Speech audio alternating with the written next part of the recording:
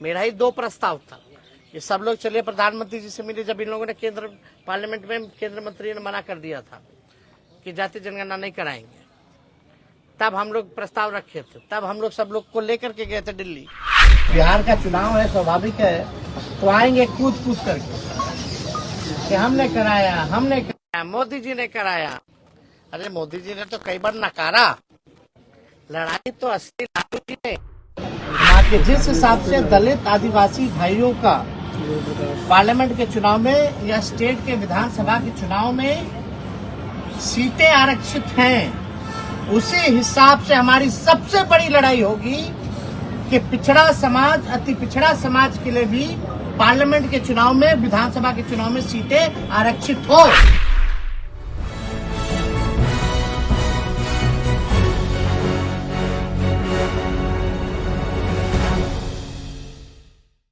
और आज जो हम लोगों की बरसों पुरानी जो मांग रही, जिसकी लड़ाई हम लोगों ने सड़क, सदन, कोर्ट तक अभी भी हम लोग आज हम लोगों के बातों पर जो है और हम लोगों के मांगों पर हम लोगों का जो मुख्य लड़ाई रहा, आज उस पर केंद्र सरकार को भी झुकना पड़ा।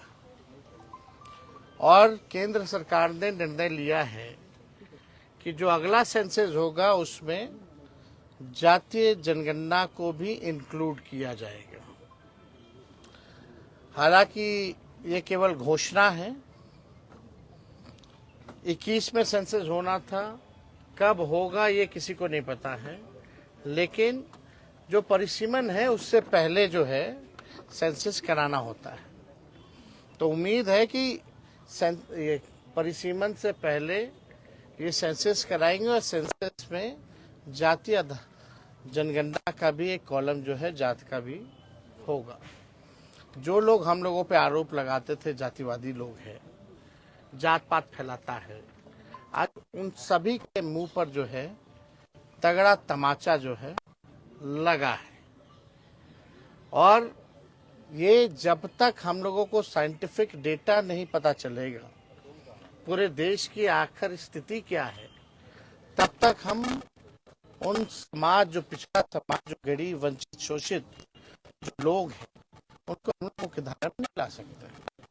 गरीब कौन है, मजदूर कौन है, कचरा कौन साफ करता, ठेला कौन चलाता है, नाला कौन साफ करता है, दिहाड़ी मजदूर कौन है, और यही नहीं कौन भूमिहीन है, कौन कितना पढ़ा लिखा है, क्या किसको कितना सरकारी नौकरी है, किस जगह है, जब तक ये नहीं पता चलेगा तब तक आप जो है लोगों के साथ इंसाफ नहीं कर रहे। तो एक डेटा आ जाएगा, डेटा के आधार पर आपको जो है इस पे बजट में प्रावधान करना पड़ेगा कि उनको मुख्य धारा में कैसे लाए, बजट उसी हिसाब से बढ़ाना पड़ेगा। अब भाजपा के लोग को, अब बिहार का चुनाव है, स्वाभाविक है, तो आएंगे कूद कूद करके कि हमने कराया, मोदी जी ने कराया। अरे मोदी जी ने तो कई बार नकारा, लड़ाई तो असली लालू जी ने, हमारे पुरखों ने, समाजवादी ने लड़ने का काम किया है। और भाजपा के लोगों को, एनडीए के लोगों को हम आज थोड़ा क्रोनोलॉजी जो है और इतिहास जो है वो बताना चाहते हैं, इसलिए आप सब लोगों को यहाँ बुलाया गया। 1996 में देवगौड़ा जी के कैबिनेट में ये निर्णय हुआ था कि 2001 का जो सेंसस होगा उसमें जातीय जनगणना जो है कराया जाए। और लालू जी उस समय जनता दल के राष्ट्रीय अध्यक्ष रहे और ये हम लोगों के दल के, हम लोगों के नेता की 96 से ही लगातार जो है मांग थी। कोई माने ना माने, इंडियन एक्सप्रेस का ये कटिंग भी है हमारे पास। जब देवगौड़ा ने ये फैसला लिया था, इसमें लिखा है the proposal for a cast based census, a move recently opposed by the Home Ministry had been on top of the agenda of the 1996 United Front government। तो ये तो तब से ही हम लोगों की थी। और एक में कौन प्रधानमंत्री थे, किसकी सरकार थी? तो हम लोगों बीजेपी की सरकार थी, अटल जी प्रधानमंत्री थे। तो जो हम लोगों का जो कैबिनेट जो डिसीजन था जनता दल का, आपका यूनाइटेड फ्रंट गवर्नमेंट 1996 का, उसको भाजपा की सरकार ने नहीं माना। फिर आप आइए देखिएगा, 26 जुलाई 2015 को लालू जी ने राजभवन मार्च भी किया था और लगातार 2016 से हम लोग 17-18 लगातार जो है जाति आधारित गणना की जो है मांग हम लोगों ने की। ये उस समय लालू जी का भी था 2015 का। ये भी पढ़ते मोदी यूएन जाकर मेरे खिलाफ पिटीशन दे, लेकिन मैं गरीबों की लड़ाई लड़ते लड़ते आरक्षण बढ़वाकर जातीय जनगणना के आंकड़े प्रकाशित करवा कर ही दम लूंगा। ये 29 सितंबर 2015 का हुआ।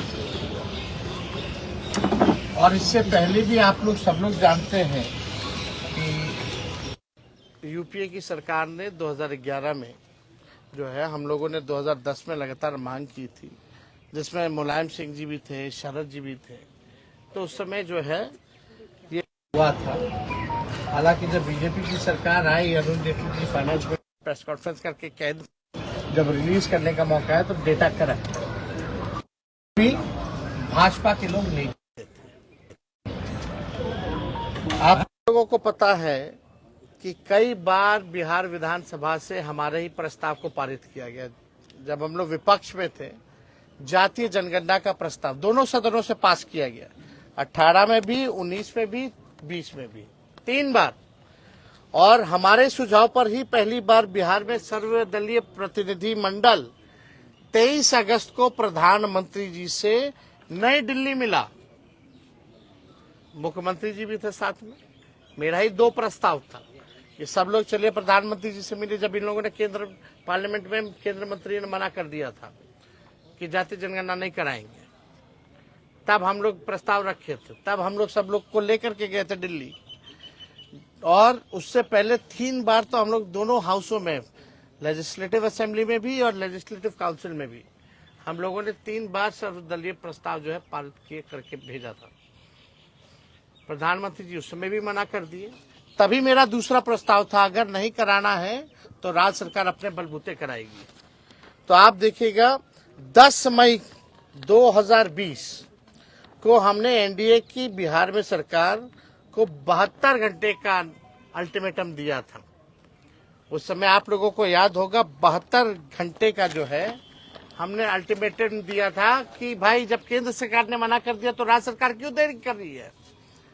तो 24 घंटे के अंदर ही हमको जो है बुला लिया गया और हम सीएम से भी उस समय मिले थे। ये बिजनेस स्टैंडर्ड का जो है आर्टिकल है। और 11 मई 2022 का Tejashwi Yadav meets Bihar CM, Nitish says caste based census assured. इसके बाद हम लोगों ने जो है 11 मई को मुख्यमंत्री से मुलाकात की, क्योंकि 24 घंटे में ही हमको बुला लिया गया जब हम 48 घंटे का अल्टीमेटम दिए थे। तो और 1 जून 2022 को जो है सर्वदलीय बैठक बिहार में पहली बार हुई। तो सारा प्रयास, चाहे राज्य सरकार ने जाति आधारित गणना कराई हो, क्योंकि राज्य सरकार कॉन्स्टिट्यूशन में राज्य सरकार सेंसस नहीं करा सकती, इसलिए हम लोगों ने सर्वे कराया था। Only central government can do census, इसलिए हम लोगों ने सर्वे कराया था ताकि कोई रुकावट ना हो, कोई दिक्कत ना हो। और सबको पता है 2 अक्टूबर जब हम लोग उप मुख्यमंत्री थे, महागठबंधन की सरकार 17 महीने की थी, तो 2 अक्टूबर 2023 यानी गांधी जयंती पर हम लोगों ने जातीय जनगणना का जो सर्वे का जो आंकड़े थे, जो रिपोर्ट था, वो प्रकाशित किया था। हम लोगों की सरकार में हुआ पहले ही बार। हमारे सांसदों ने लगातार जो है केंद्र सरकार से, पार्लियामेंट में भी कई बार जो है अलग अलग मौकों पर जाति जनगणना के बारे में पूछा। पहले प्रधानमंत्री जी बोलते थे सामाजिक विद्वेष फैलाना चाहते हैं ये लोग। अब प्रधानमंत्री जी बताएं कौन विद्वेष फैलाना चाहता है, कौन नहीं फैलाना चाहता है।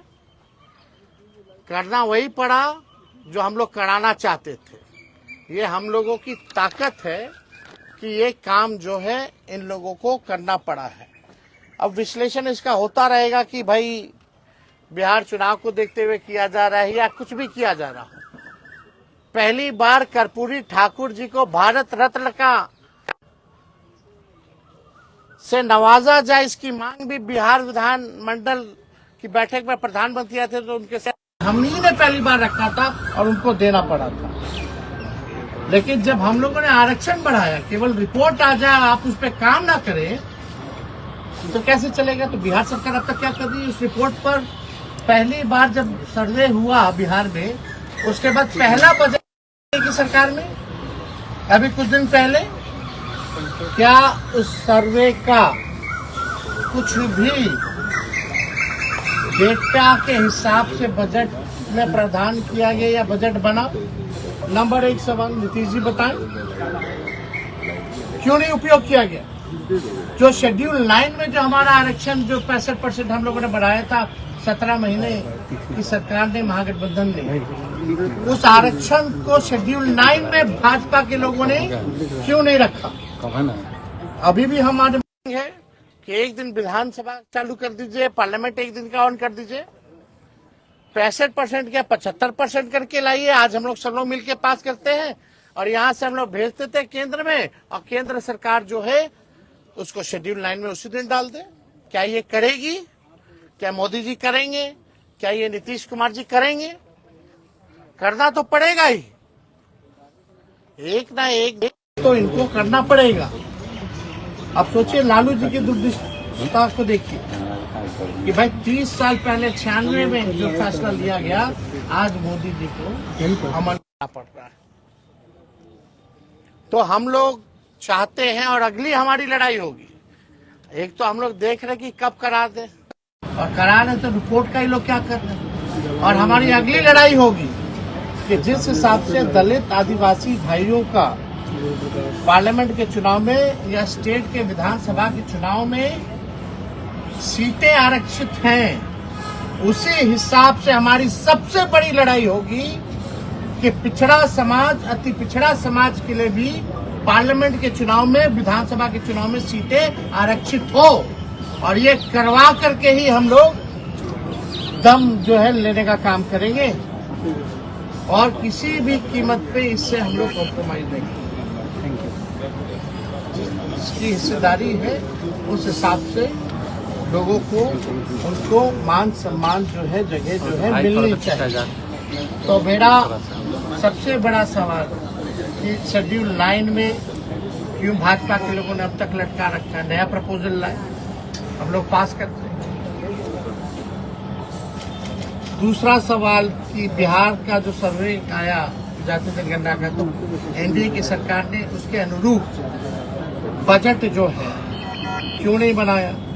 तीसरा हमारी लड़ाई होगी कि पिछड़ा अति पिछड़ों को भी पार्लियामेंट के चुनाव में और विधानसभा के चुनाव में भी सीटें आरक्षित